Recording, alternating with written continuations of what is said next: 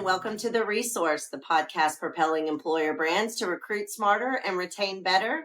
I'm your host, Priscilla Peters. And I'm your other host, Scott Dismuke. And Priscilla, I promised I would give you feedback. And as we are recording this earlier this week, I was in Atlanta and went to the Justin Timberlake concert. Yes, I need details. I need to hear, how was it? Did she faint? Does she love him? How did that go? Yes, she does. She loves to watch him dance. Listen, if I could dance like that, I probably wouldn't be here today. I'd be touring with him, but I can't dance and I can't sing. So, you know what? It was great. This is the second time that I've seen him. He performed for 2 hours and literally just does not stop. Wow. Which it's probably why he's as thin as he is, because if I, performed and danced and did like that 2 hours a night, I'd probably look a lot better than I do today. But yeah, it was great. If you get a chance, I'll definitely go see it. But yeah, it was 2 hours worth. Concerts are super expensive these days, so I guess you have to pick and choose. But yeah, I would pay the money. I'd pay money to go see him again for sure. Did you have on your bingo card? I will talk about Justin Timberlake concert on a podcast one day. Was that on the bingo card of your life? No. Pick any of those topics. About it, but it just seems a little bit not quite exactly what I would, Yeah, pick any of those topics. Going to see Justin Timberlake, period, stop. Doing a podcast, period, stop. Yeah. None of those were on my bingo card, but particularly combining those two were certainly not on my bingo card. That's for sure. Awesome. And here we are. Do you have any concerts you're going to this summer? I do not. I'm attending a nationals dance competition because that is the season of life that I'm currently in as being a dance mom. So we'll just. Do you want to clarify that you're not going to dance? I'm not going to dance. Even though I still think you do, listen, you're just not telling us. Here's what I will tell you: that Dance Nationals is during the week of my birthday, the big 49. So it's the last year I'm going to be 49. It's the last year of my 50s. I mean, in my 50s. Oh my gosh! See, I know. Here I am in my 40s. But we're doing a dance mom night out in Nashville. So if we get thrown in jail, I'm calling you, just so you know. So okay, we'll see how that goes. But yeah, the dance moms are all going to go out and we're going to grab some dinner and we might, Do we get to talk? So I had to give my Justin Timberlake experience. So do we get to talk about that on the next podcast about your dance mom night out? Let's see how it goes.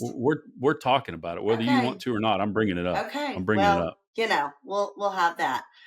We'll have that. All righty.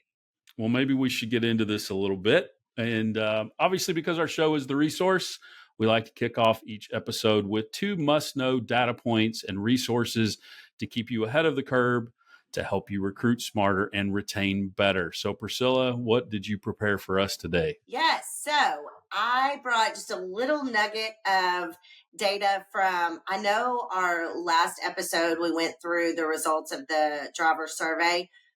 We went through some of them about half the questions we went through. There was one question that we didn't cover that had a little piece of data in it that I thought was interesting that I just wanted to call out. So we asked drivers, and again, this was in our spring survey of this year. You can download that at The Resource. We'll provide the link in the show notes. We asked drivers, when searching for a new job, which app do you use most frequently? So when they're searching, so this is not what we would call a passive driver candidate. This is someone who, I'm looking for a job. And 86% of them said that they go to the web browser on their phone, on their smartphone. So think of, like Safari, Chrome, Firefox, whatever their browser is. But at the end of the day, the big call out is that job searches start with online searches. But that begs the question, what is your strategy for search engine marketing?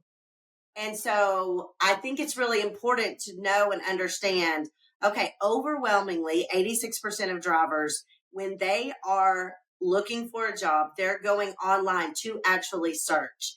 And so having a real strategy around that, a lot of people think, oh, yeah, I'll just throw up some Google ads and be done with it. Listen, you can do that. You might spend a lot of money. Okay.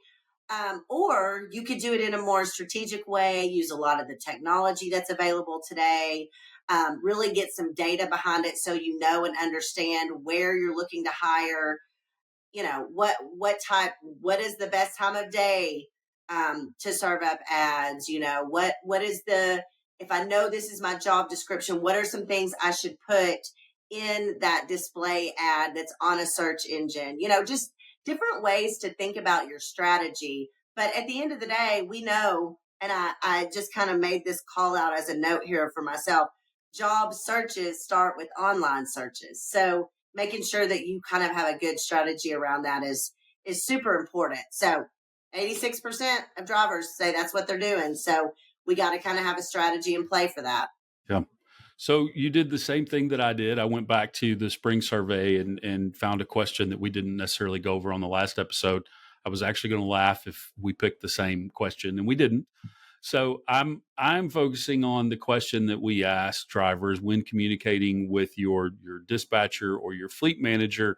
What is your preferred method of communication? So communication is so unbelievably important in good times, but particularly kind of in some of the times that we're going through right now with the freight recession being what it is. And in this survey, 54.9% of the drivers say they prefer communicating via the phone. 23% said texting, 13% said on their onboard communication device, and then about 8% said email. And I think kind of the thing that I want to point out here, and I've said this before when I've spoken at events, and some I may have even said it on here, is really the one thing, and this is what we practice at PDA when we're talking with drivers, is really the importance of mirroring a driver's communication with you. Most drivers are going to communicate with you the way in which they prefer to be communicated with. So if a driver calls you, you call them back. If they text you, you text them back. And that's just kind of a rule of thumb. It's what we've done here. And that's usually how the drivers are going to communicate with you. But I think the reason why that's so important now is because what we're going through. And I think one of our biggest challenges as an industry, and this is kind of my soapbox for the month right now, is, I have a soapbox usually every quarter at least, is really when we look at an industry, our challenge from a retention standpoint is we have two segments of employees when it comes to trucking. We have those employees that work within the walls of our building, and then we have those employees that work outside the walls, obviously being the professional drivers. And our challenge is, how do we treat those employees that work on the outside of our walls, our professional drivers? How do we treat them the same way that we treat those that work on the inside? And that's a challenge because obviously when those drivers are out and about doing their job, it's hard to find ways to make them feel a part of the team. It's kind of the out of sight, out of mind kind of scenario.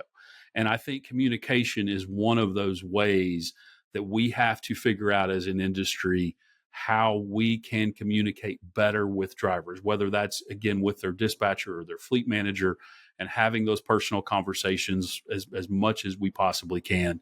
But also, letting them know there's a couple of carriers that we're working with right now on some retention strategies. And one of the things we're talking about is, if you have the ability and it's right for your size of company, have those conversations with your drivers once a month where you invite them in on a phone call, whether it's Zoom or Teams or whatever you use.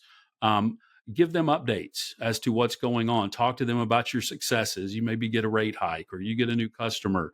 What are some of the safety things that you're focusing on? HR, maybe you're changing benefits.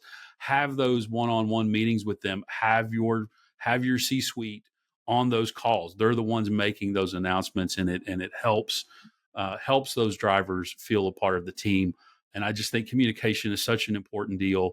And it's one way that we can show drivers respect when they're not in our offices every day. And it's one way to kind of help bridge that gap by helping them, making them feel part of the team when they are separated from the team, just based on the nature of their job. So that's my soapbox for the month. I'll probably have another one next month, but that's the one I'm going with this month. Yeah, no, that's good stuff. And again, we'll link the driver survey in the show notes because it's got tons of good data and key takeaways in it. So, okay, so let's jump in to our guest for today. Listen, I've been looking forward to having this guest on for a while. I'm so excited that we got him on for season 2. So, you ready to dive into our interview?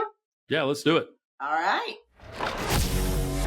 Well, we are so excited about our guest today. Listen, I attend a lot of conferences and a lot of industry events, Scott, and I have to say, it has been so refreshing to have this guest as a key industry leader this year. He brings the fun, he brings the passion, and I will say, we're going to talk about this. He has quite the shoe game. Just for the record, Scott, just so you know. Today, Good to know. Today we have the privilege of sitting down with Andrew Boyle, co-president of Boyle Transportation.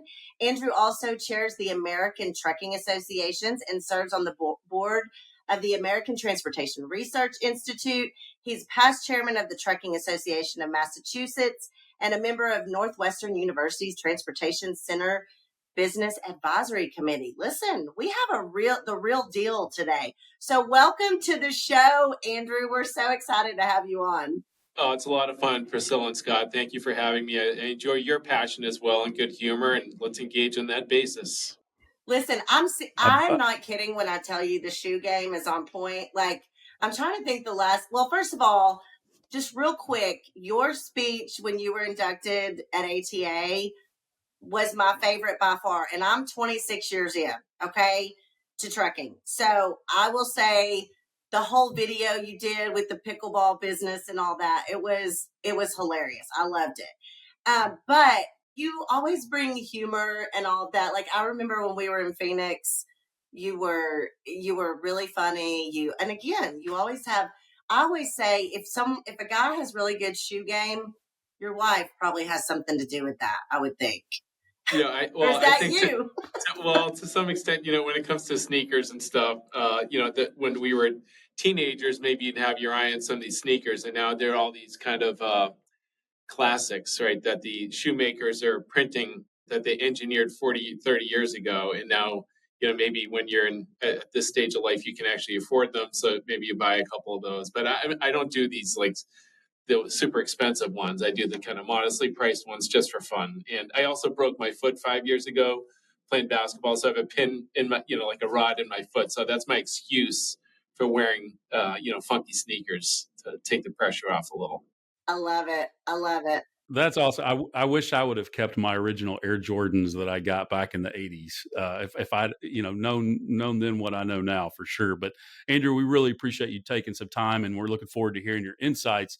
But before we get into the serious questions, as those that listen to the podcast know, we like to hit our final mile first 5 that is sponsored by drivers.jobs, your destination for hiring the drivers you need for your final mile operation. Driver.jobs, matching the right drivers with the right opportunities for every last mile. So, Andrew, are you ready to hit our final mile first 5? I don't know, but let's do it. All right, let's do it.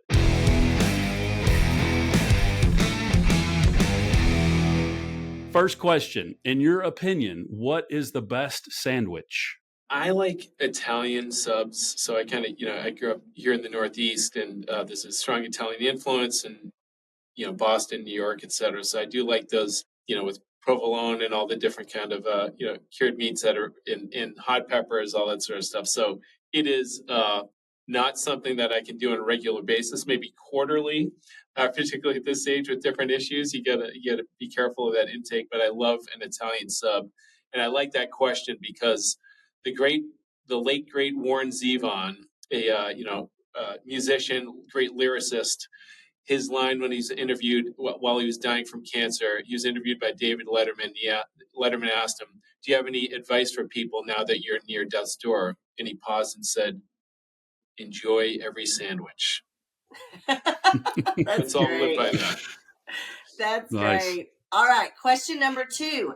Who was your first concert?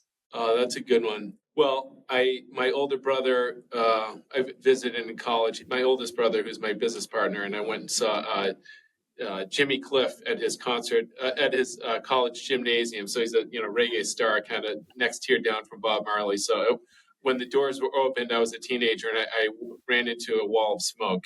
So I only I hung out for a little bit. I do enjoy reggae, but I had to turn in a little bit early that night. So. Fantastic. All right. So third question, what is the most used app on your phone? Ooh. Well, I play golf, so I enjoy the USGA Gin app. But probably pictures, like particularly as I'm sure you guys do too. When it travels so much, I do like pulling up pictures of my family and friends, and it makes you happy when you're a little bit lonely during a layover or an extended delay. You mentioned the app. So as we're taping this today is the first round of the US Open. And I was actually listening this morning about they have a new feature on the USGA app where you can enter your handicap and would show you your target score for Pinehurst. So I don't think I'm brave enough to do that because I would not want to see what my target score would be, but I guarantee you it would be very high. Those greens are kind of convex, right? They repel the golf ball. So we'll see how they do. That's great. All right. The next question, number 4, is what is your favorite movie? So I grew up and I still love basketball. And when I was, through my teens and even early 20s, I would spend 5 hours a day working on my basketball game and then playing. So Hoosiers was always my favorite film. Just an incredible story, and based on a true story. So I lived by that for many years, and then as an adult, though, I do have to say, Goodfellas. I can never not watch Goodfellas when it's on TV. But for some people, it's Shawshank Redemption. For me, it's Goodfellas. I'm locked in. Well, you had me at Hoosiers. I love Hoosiers. Yes, I can't. Scott, nobody's ever said Hoosiers. I'm shocked. Nobody ever has. I just realized that. I love Hoosiers. Like, great. So Andrew, I don't know if you've seen this. There's a documentary or an interview that Dennis Hopper does, and there's a scene in Hoosiers where they're doing the cutaways, and it's when one of the music scenes, and they show this scene of Dennis Hopper and Gene Hackman sitting on the bench, and you see Dennis Hopper start laughing, and Gene Hackman did not think that Hoosiers was going to be a good movie, didn't think it was going to be a hit. And Dennis Hopper said during that montage, he leans over and says, "I can't believe we're doing this. This is not going to be a successful movie." And they kind of laugh about it. And then it goes on to be a great hit. So great movie. Okay. The last question here. You're given $5,000 and 5 minutes to spend it in only one store. What store do you go to? Oh boy. That's a good one. Geez. Well, it's probably Dick's Sporting Goods. The variety there, and you can get it all: outdoorsy stuff, sneakers and workout gear. So it's helped me sustain something. Hopefully, stay alive for a little bit longer. I joke when I exercise, you have young people who are actually trying to optimize their athletic performance, and then I just announced to the group, I'm just trying not to die too early. Yes.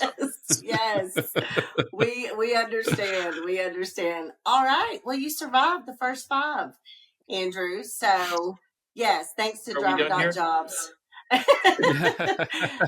Thanks to Driver.jobs for sponsoring that. Okay. All right. So we're going to get into the real questions, why our listeners are probably tuning in and viewers. So, since you are leading ATA, one of the largest industry advocate groups in transportation today, we'd love to hear about what are the top priorities for ATA this year, and how does the election affect that, if at all? I'm told we have an election this year. Yeah. So how what are y'all's top priorities this year? Sure. Yeah, and just to kind of set the table on what is ATA, what does it do? So we have the ATA has roughly 170 employees. So most of whom are based in Washington D.C. Right, some spread around the country. But we have policy experts, we have industry affairs folks, we have economics department. and then these councils and conferences that all kind of feed up into this notion of advocacy, right? Advocating on behalf of the members, thousands of members, and then you have 8 million Americans that work in a trucking related job. So it's not ATA's role to be a political organization. It is one that is an advocacy organization representing the interests of the industry. So many of these issues that arise, we are not necessarily anti whatever the issue is. It's just that you have to shape and influence it so that it's a logical, reasonable outcome. If it's regulation, if it's legislation and the like. So we have a team of 10 lobbyists who interact with Congress every day, and then you have folks that interact with the agencies, Department of Transportation, Department of Labor, EPA, et cetera. So I can attest to the fact that we have a lot of talented, hardworking people who really care, who are working on our behalf. So the issues before us, one that's quite topical, emission standards and regulations. So about a year ago, the US EPA announced that it was going to open up waivers from states so that states could establish their own emission regulations. And we're involved in interstate commerce, so that is counter to our kind of disposition on that. And then secondly, we have they opened up to the standard that was established for 2027. Hey, let's relook at that. So those are both very difficult, given the time and effort and investment that it takes to get to the standards that have been established. Collaborating with the regulators and then the OEMs and engine makers and the like. So unfortunately, when that issue of EVs, for example, relative to emission standards and relative to internal combustion engines, we just have to establish that we are pro improving the environmental impact of transportation, right? As opposed to creating this divide. It's just how you get there. There are many paths to get there, and we've made a ton of progress. So environment, energy and environment, as we would call it, is a top level priority for us right now, and we're influencing that both at the state level. Unfortunately, at the state level, we have to pursue a litigation in some cases, which kind of stinks, and then we're trying to shape the policy at the federal level. Secondly is independent contractor regulations. So many states, for example, California, as you know, a few years ago, effectively outlawed the practice of independent contractor classification. And then earlier this spring, the federal government announced a rule that is pretty much, it makes it much more stringent and difficult to classify workers as an independent contractor. So pursuing different channels there, legislative, litigation, and really the ATA is great at communicating. So communicating to members of Congress, to people at the agency level, here's the real, here's the kind of boots on the ground view. And provided everything's on the level, we want people to have the choice. Now, if a company's a bad actor and deliberately misclassifying a worker, we're not defending that. But provided everything's above board, workers, we feel, should have the choice whether to be an independent contractor or an employee. And then there are like federal preemption of state meal and rest breaks. So you may be aware that in certain states, we adhere in interstate commerce to DOT hours of service regulations. But when you enter, say, California or state of Washington, they want us to then convert upon entering that state to their state meal and rest hours kind of regulations. So we favor federal preemption to a step in interstate commerce. And that's kind of a key theme that you'll see over and over, federal preemption. Unfortunately, you learn in this business that we don't really live in the United States of America in many cases in trucking. So those are some of the key ones, but we're also pursuing, for example, when it comes to advocacy, particularly as we try to, and you guys are aware, we don't have enough women in professional truck driving roles. At my company, we're nearly 40% because we're in the ass kicking business, and that's awesome. We brag about that, but the industry as a whole is closer to 8-9%, right? Somewhere 8 to 12%. And to draw more in, well, we need more safe parking spots. And we got the $1 trillion bipartisan infrastructure bill act, passed a few years ago, and now states were kind of helping with our state partners request that some of those be allocated for truck parking expansion that has to be done at the state level. And because if you're a female professional truck driver and you don't have a safe place to park each night, you're not going to stay in this job very long. So these are just examples. We have, a dozen priority issues as it comes to, different policies. Hair testing is another one that it's been several years now that Congress dictated to the agency that they were supposed to establish hair testing as a means of drug and alcohol testing because it's more accurate, right? So there's kind of this. There are always issues that arise, and the principles are that we at ATA stand for a safer, more sustainable, not just environmentally but financially and economically sustainable industry for the long term. Wow, that's great. And you kind of mentioned the parking, which kind of leads to my second question. And we know there's a nationwide shortage on truck parking and how it impacts our drivers, like you mentioned, particularly from a safety standpoint. So how can our listeners and the carriers across the country get more involved in that initiative, and what can they maybe do to help on that front? Yeah, so I mean, there are private sector solutions for that as well, right? So people, investors in private parking, and that's fine. So the innovation and capital flows to the needs. That's one logical path. But as it pertains to advocacy of government resources, we have this big appropriation from the federal government for infrastructure investment. But the state DOTs are the ones that need to say, I'd like to apply to grant this money to us so we can deploy the capital. We have ATRI that you mentioned earlier, the American Transportation Research Institute conducts the annual bottleneck survey. What are the top 10 or 20 bottlenecks in the US? So that helps inform the states and we stakeholders. So to answer your question, Scott, we at the state level need to appeal to our state DOT, look at these bottlenecks, and then you can appeal to the federal government for this money that you can then deploy to use this government money smartly. Because when it comes to government allocation for money into infrastructure, that's not spending, that's investing. Right. So we know there's a big return on infrastructure investment. So we don't want to spend willy-nilly, but rather invest in a targeted fashion. And we need folks, carriers and participants, stakeholders to engage with their state DOTs to have that capital deployed smartly. Priscilla, you mentioned the election.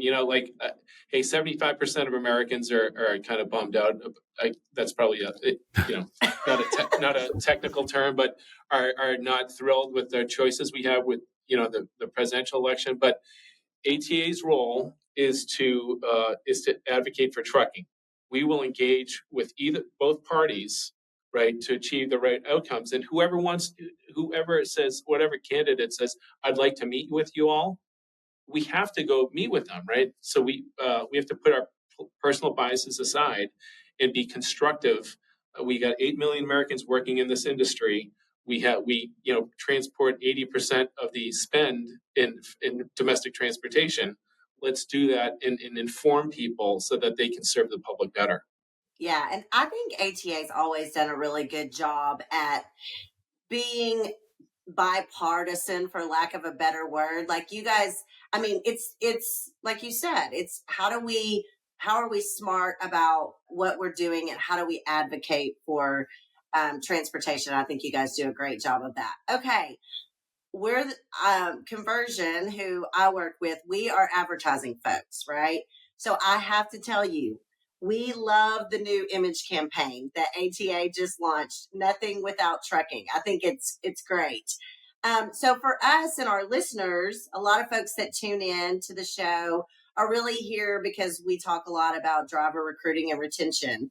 And so this is a great tool. I think this new campaign is a great tool for us to use in recruiting and retaining top driver talent. So how do you think as an industry we can work together to get more, I would say, new drivers to join the industry? I know that's a big challenge that just industry wide we have, but what can we do to help get some new talent into trucking? So several great points. So you all may be familiar with the image campaign, Trucking Moves America Forward. So that we just ended a 10-year run of that very effective campaign. So that began about 10 years ago. And the intent of that campaign at the time was really to improve the image image of in the public, right? So hey, it was wildly successful just empirically, right? The impression of the average folks that hey, trucking is essential and that there are a lot of good people in it. Then that was well received. We're changing a little bit. The intent of this campaign is really to help support our advocacy efforts. So we have a better image now than we did 10 years ago. But unfortunately, there are some policymakers, both at the state level, let's keep going back to California, right? And then at the federal level as well, that that are inclined, unfortunately, to create policy or promulgate regulations without concern or input from industry. So now we have to, we're being a little bit more forward leaning with nothing without trucking. Look, if you proceed on this basis without the kind of logical common sense input of the operators, you're going to end up with a worse outcome. You could end up with less throughput, productivity, and higher costs, right? Inflationary effects on the American consumer. So it's a little bit more targeted toward policymakers. Look, there's nothing that exists, nothing you consume, nothing, 70% of the economy is consumer, right? Nothing that people consume goes without being on a truck. So we're a little bit more forward leaning, a little bit more targeted on advocacy. So you mentioned, attracting folks. Part of the reason I accepted the mission to kind of get into the chairs at ATA is because I do have something that I find the most gratifying about our role in our business is creating good American blue collar jobs. So 8 million Americans, it's an extraordinary scale that very few industries meet. And I mean, look at the ways to make a living in the, both white collar in the office, technicians, professional truck drivers, and the compensation is substantial. So when you present that, say, to young people or people at any age, but particularly young people who maybe are evaluating higher education relative to this trade, we have two young men who joined us a couple months ago who are only 22. That's younger than our typical because we run a team operation. Wow, if they're making $90,000+ for these next 5 years relative to their peers who are maybe going to incur $200,000-$300,000 in debt, my goodness, right? These guys are so far ahead of the curve, and then it just propels you forward. So I think articulating and continuing to communicate that, we have this apprenticeship program for 18 to 20-year-olds, putting that in front of people, and with this just kind of you map out the next 20 years of your life when it comes to your personal financial status. It's pretty compelling. Yeah, for sure. For sure. Yeah. So, Andrew, last question here. So you went viral last year after your testimony in front of the Senate about electric trucks.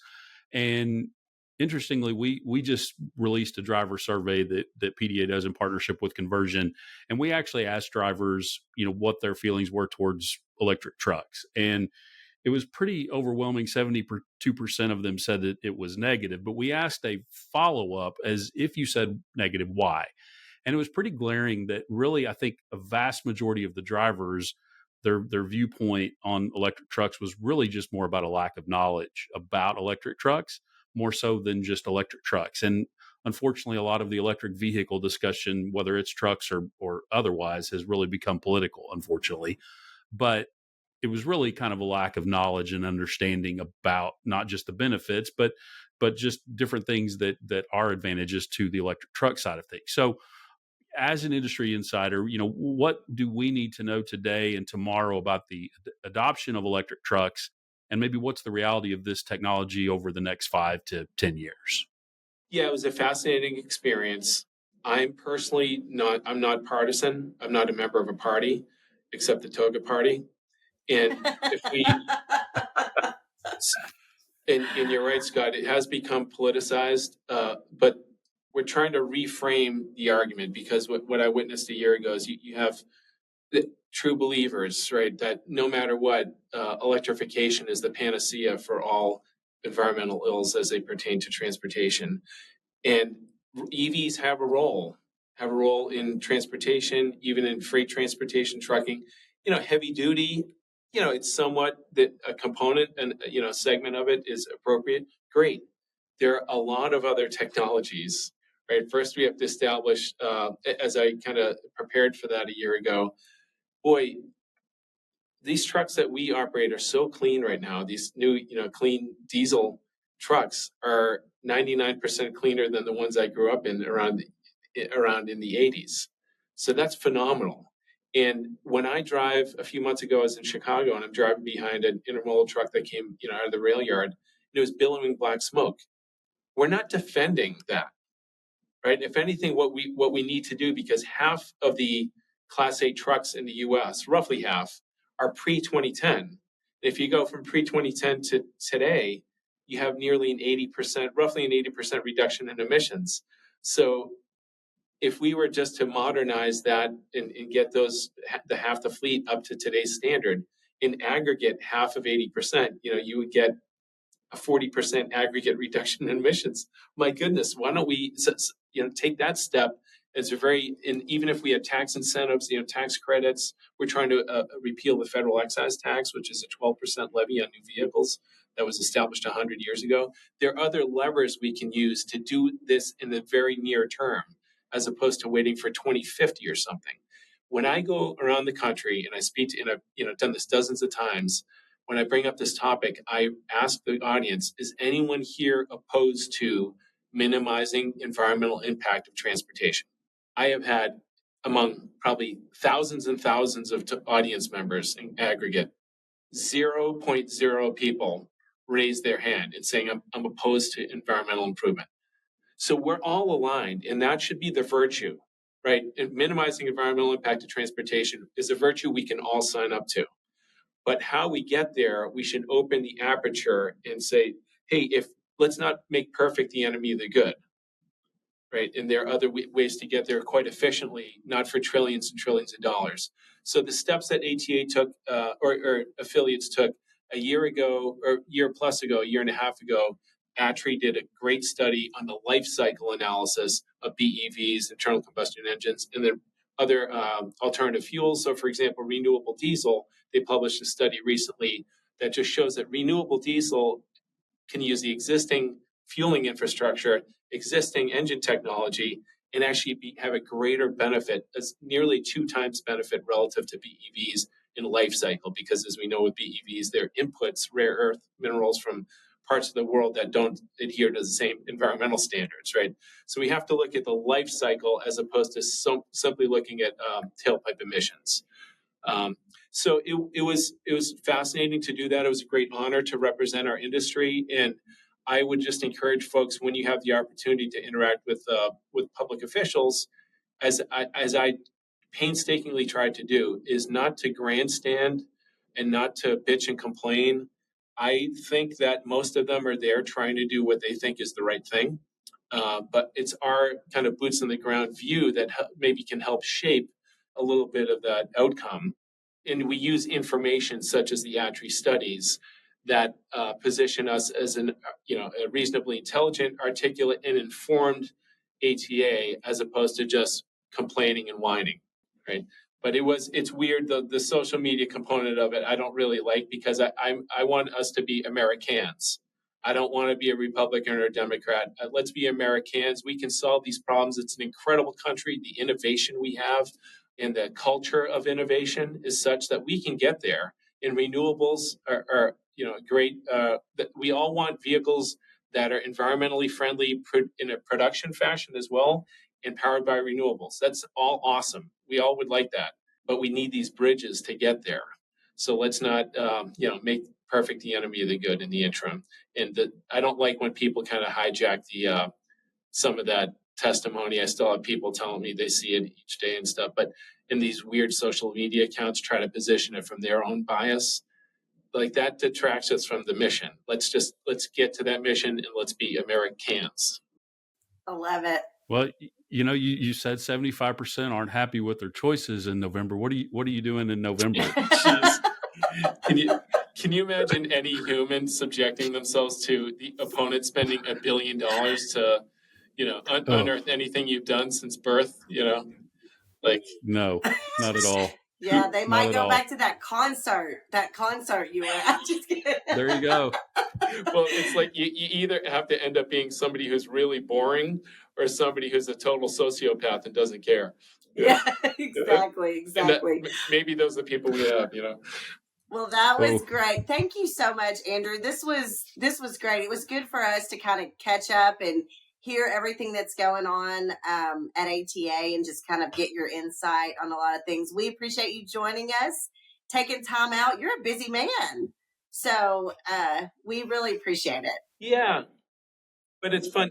And Priscilla, I'd just like to say to particularly your audience, folks that do recruiting or even professional drivers and work in other functions, I just want to remind them, you do important work.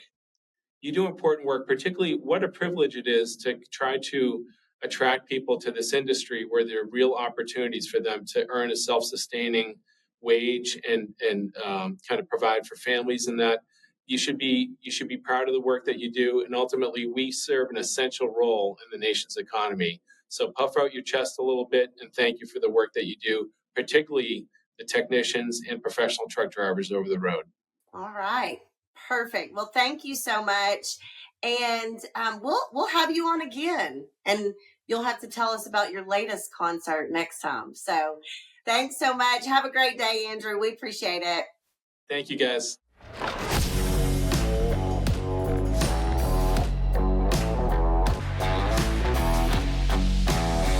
All right. Well, that was so great to get to visit with Andrew. He's so fun. I love that. I love his energy and what he kind of brings to the industry. He's a lot of fun. yeah, I wasn't joking. Maybe he should run for I president. know, right? I know. I'd vote for I him. know. It's just refreshing to have, someone that has that kind of take on everything. I like him a lot. So, all right. Well, thanks for listening. If you had fun, give us a virtual high five by leaving a rating and review on your favorite podcast platform. And be sure to hit that subscribe button so you never miss out on any of our episodes. Yeah, and if you've got questions or you've got some feedback or maybe even a suggestion of somebody we should have on the show, you can reach out to us on social media. You can drop us an email, and we'll be back next time with more fun, data, insights to help you ace your recruiting and retention game. Thank you for your time, and we will see you again next month.